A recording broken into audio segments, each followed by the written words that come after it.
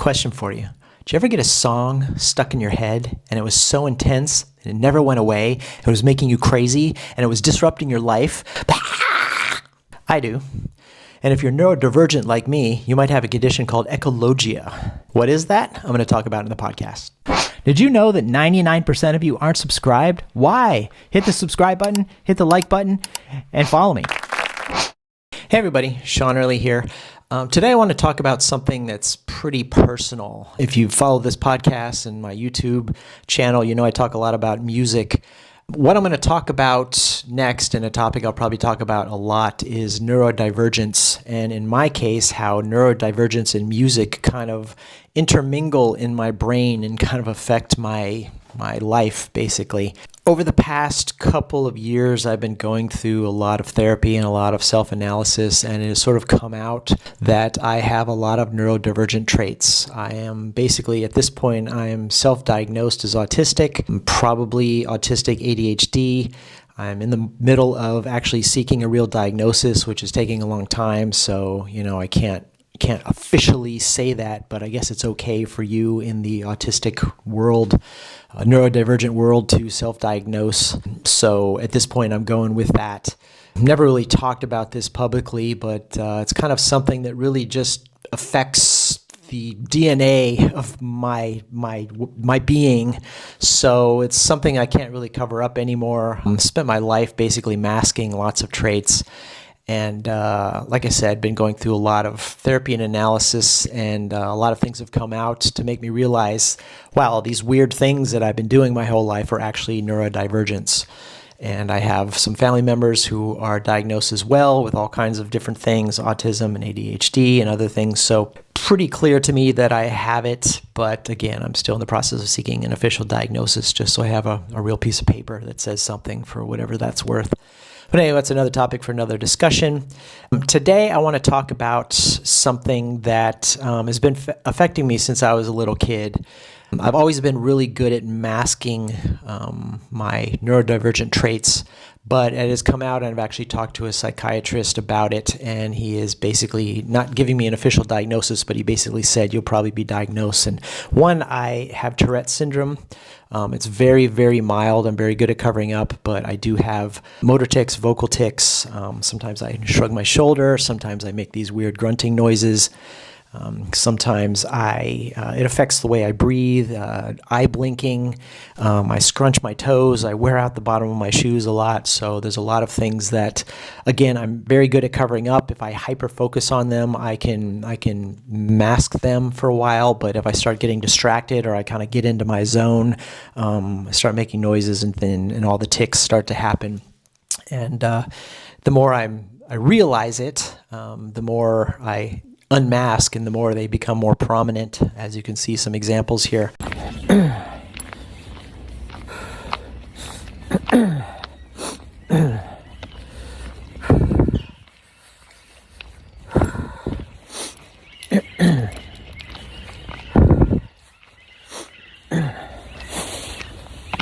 But that's one aspect. The second aspect is that a common thing with a lot of people who are neurodivergent, autistic, is something called echolalia. And echolalia is basically a condition where you repeat certain sounds or certain words. If it's a common trait for some people who are autistic, especially who have more communication challenges. Somebody might say to an autistic person, like, hey, I had a great time with you today. And the autistic person would come back and say, hey, I had a great time with you today, because they're sort of struggling to come up with an actual response, which means their brain repeats things back. And I mean, that's a very watered down explanation, but echolalia is basically the repetition of words and sounds and noises and phrases and things. I could do a whole podcast on that, obviously, but a sub-genre of echolalia is something called internal echolalia, or in other words, it's called echologia or echologia. I don't know how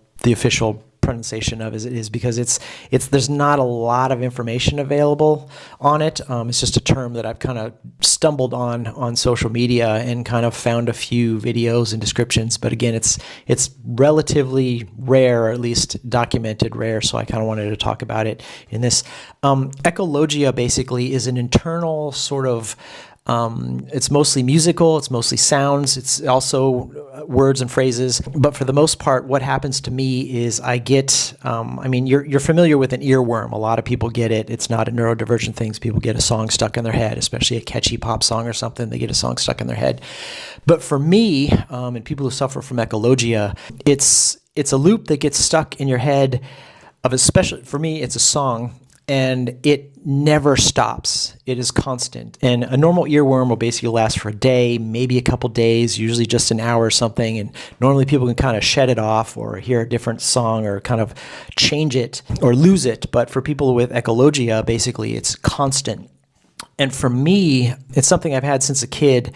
It also intermingles with my Tourette's, which makes it, not only do I have an internal loop of a song in my head or a phrase or something, but I have to align my breathing and my tics to it. So a lot of times it's a breathing thing or it's an eye blinking thing, but it always has to be in the tempo of the song. So it kind of affects my whole well-being. And if I'm really stressed out, it gets really worse. If I drink a lot of caffeine, it gets really worse. Sometimes I'll notice if I'm just alone and I'm kind of in my zone, I'm doing it a lot. Like I said, if I'm aware of it, I can sort of suppress it, but it's still something that's there. Like right now, I'm already scrunching my toes. Since I'm talking, the loop isn't so prominent, but the loop is always there constantly.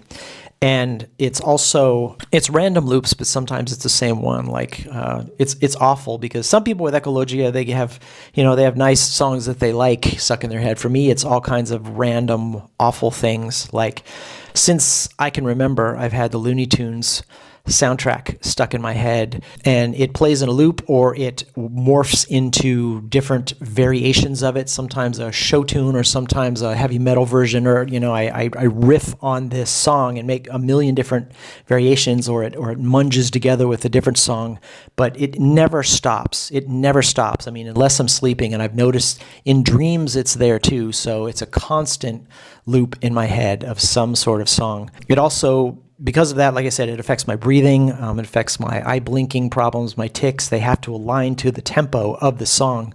So I think in a way it has really been a benefit for me as a musician, because I probably more than a lot of musicians I know have been over a song or a loop in my head a million times more than anybody else, because it never stops. But at the same time, I think for songwriting, it's a big challenge for me because I get stuck in a loop and I cannot break out of it. And it's something that just affects me constantly. So it takes me a long time to write music because the loop never breaks in my head. And also it sort of aligns to my body as well. So my entire physical well-being is aligning to this loop. And unless I break it with something else, it never stops. So it also makes me very, very sensitive to other types of music. If I go somewhere and somebody's playing their own music, I'll pick it up like a disease, like boom, it'll connect into my head. It doesn't matter if it's good or bad, and that loop of that awful music will be stuck in my head for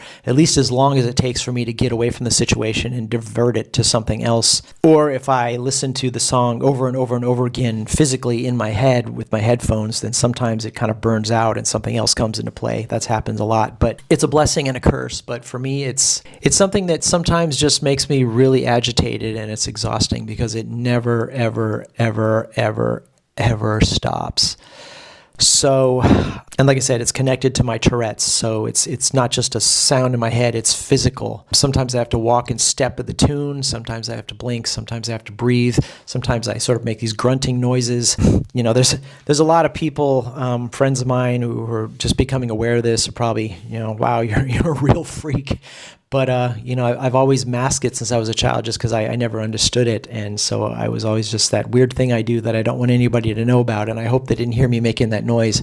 But I've noticed more and more, especially in like work situations or in a group setting where a bunch of people are talking, my body will just sort of hum or vibrate to the tune of whatever is in the room. If somebody's playing music or there's something over a PA system, or if I'm somewhere where there's music in the background, my body has to align to that loop, and I start making physical noises and ticking to the noise. So some people kind of sometimes are they kind of look at me and I notice that, and I'm like, oh shit, they heard me. I have to shake it off a little bit or distract or something. Yeah. Anyway, it's a really crazy condition, and it's much more than your typical earworm that a lot of people have. It's constant, and from what I understand, there's no cure for it, really. I can do a lot of breathing exercises. I can take a lot of things to help me relax a little bit, but sometimes even that makes it worse. But like I said, I've noticed that the more agitated I get, the more stressed I get, the more caffeine I get, the more stimulated I get, the more it gets worse. But sometimes I'm just driving down the street and I notice myself in the car just really just like it's so ever present, and my entire body has to align to it, and it's exhausting. But anyway, it's a weird thing. It's a weird musical thing. Like I said, it's a blessing and a curse. It's exhausting. I don't think there's any medication or anything that's going to help me with it. Maybe there's some hypnotherapy or some kind of thing in the future that can fix that. But I just wanted to put it out there and just talk about it because, like I said, I'll be talking a lot about neurodivergence, and especially how it relates to my being a creator, whether it's my music or just all my other creative stuff, my consulting as well. The more therapy I go to, the more research I do about it, the more I'm just honest with myself that these are real things that I should really analyze and try to pick apart and find solutions or find some way to cope with it. Basically just become a lot more aware of it and realizing that it's something I've always lived with, and I've always tried to cover up, but it's not really ever going away. And so I better just deal with it and talk about it, especially just put it out there for maybe those of you who suffer the same problems, or if you have family members who suffer from the same problems, or even if you suspect you or somebody has that. I'd like to put it out there and just make people aware of it. And also, if you are some sort of specialist who has more in-depth information about this particular topic, I would love to know about it, because like I said, I'm not seeing a lot of information online. There's a lot of autism, there's a lot of neurodivergent topics that people talk about in videos and all kinds of things, but this Echologia problem, which is sort of a subcategory of Echolalia, I don't see as much about it. And I think it's also hard because a lot of people just brush it off as like, yeah, I get that too. I get songs stuck in my head. But I'm like, no, you don't understand. This is literally taking up my being. This is never ending. It never stops. Never stops. So that's that. I just wanted to share that, put it out there. Please leave comments, talk to me about it. If this is something you suffer with, I'd love to hear your experience with it, and share some knowledge and resources and whatever anybody has out there. Feel free to reach out to me.